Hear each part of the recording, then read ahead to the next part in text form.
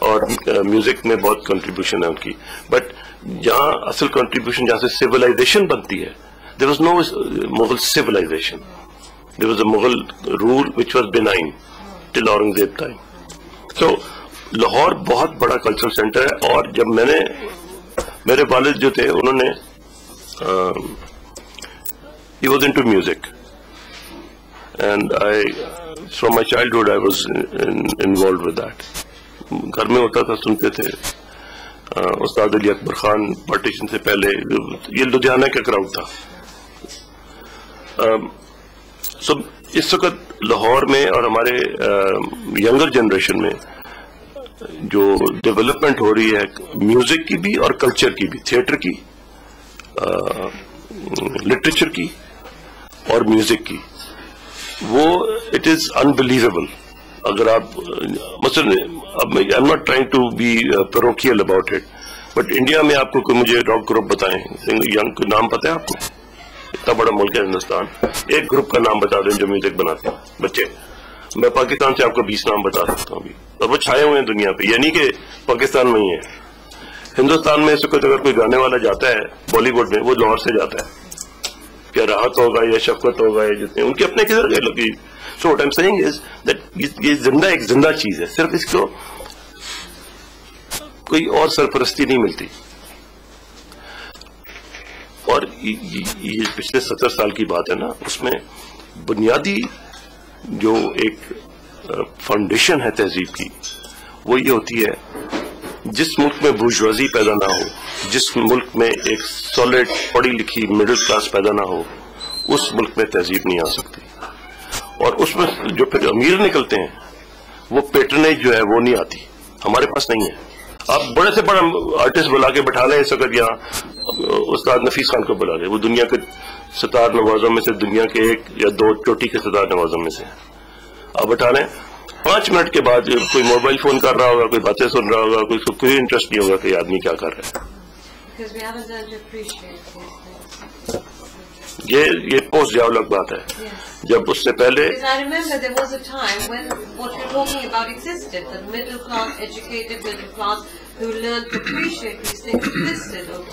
Prime time 9 بجے ہوتا ہے جی پی ٹی وی کا.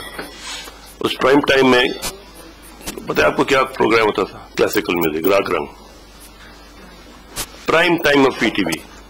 جالک کے زمانے میں چھٹی ہوگی اس کی. جالک نے عربی میں نیوز پڑھانی شروع کر دی, وہ تھوڑی دیر کے بعد 6 مہینے کے بعد بند کرنی پڑی because it was a joke. So جو تہذیب, جو لوگ اپنی مٹی کو نہیں مانتے, جو اپنی تہذیب پہ فخر نہیں کرتے, وہ کچھ بھی نہیں کر سکتے. سیدھی سادی بات یہ ہے. دنیا ٹی وی UK کو ریپرزینٹ کرتا ہوں, موسٹلی نیئر باڈی میں سینئر وائس پریزیڈنٹ ہوں. میرے آپ سے 2 کوشچن ہیں. ایک آپ نے بڑی اچھی بات کی, جو لاہور کے بارے میں آپ کو مینشن کر رہے ہیں, تو جو لاہوری ہے وہ آٹومیٹیکلی لاہور کی طرف ذہن جاتا ہے. آج سے 4 سے 5 سال پہلے تک لاہور میں کچھ ایسی ایکٹیویٹیز ہوتی تھی کہ باہر سے بھی لوگ جانا چاہتے تھے, کہ سال میں کم از کم 1 دفعہ لوگ پلان کرتے تھے کہ میں نے یہ چھٹی جنوری, فروری یا مارچ میں پاکستان میں منانی اور میں نے بسنت منانی ہے جا کے. وہ ایک کلچر ایونٹ بن گیا تھا ہمارا, جس کی کہ لوگ جو فرسٹریشن تھی یا کچھ اس طرح کی جو بھی حالات تھے, اس سے نکلنے کے لیے ایک 5 دن 10 دن کا ایک میلہ ہو گیا نا. ہمارے گاؤں دیہاتوں میں میلے کی بڑی مضبوط روایت ہوتی تھی, جو میرا خیال اب ختم ہوتی جا رہی ہے.